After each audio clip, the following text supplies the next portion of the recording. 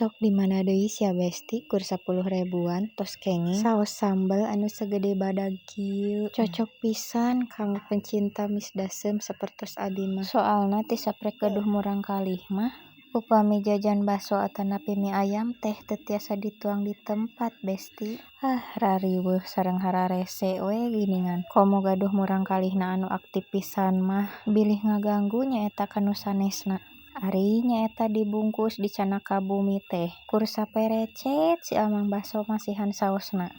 Kirang pisan atuh da. Ari nu resep kana mis dasem mah pan geuningan kedah lekoh si kuahnana teh. Leme enak dituangna upami lekoh mah. Matakan abi mah di bumi teh kedah aya wae si saos, kecap sareng sahabat-sahabatna teh. Jaga-jaga we bilih sakali-kalieun hoyong jajan mie ayam atanapi baso teh. Kantun nambihan sawaregna ari gaduh nyalira mah. Berhubung di bumi kur ayana emih, tos we ieu teh ngadamel mie teng alias mie bonteng.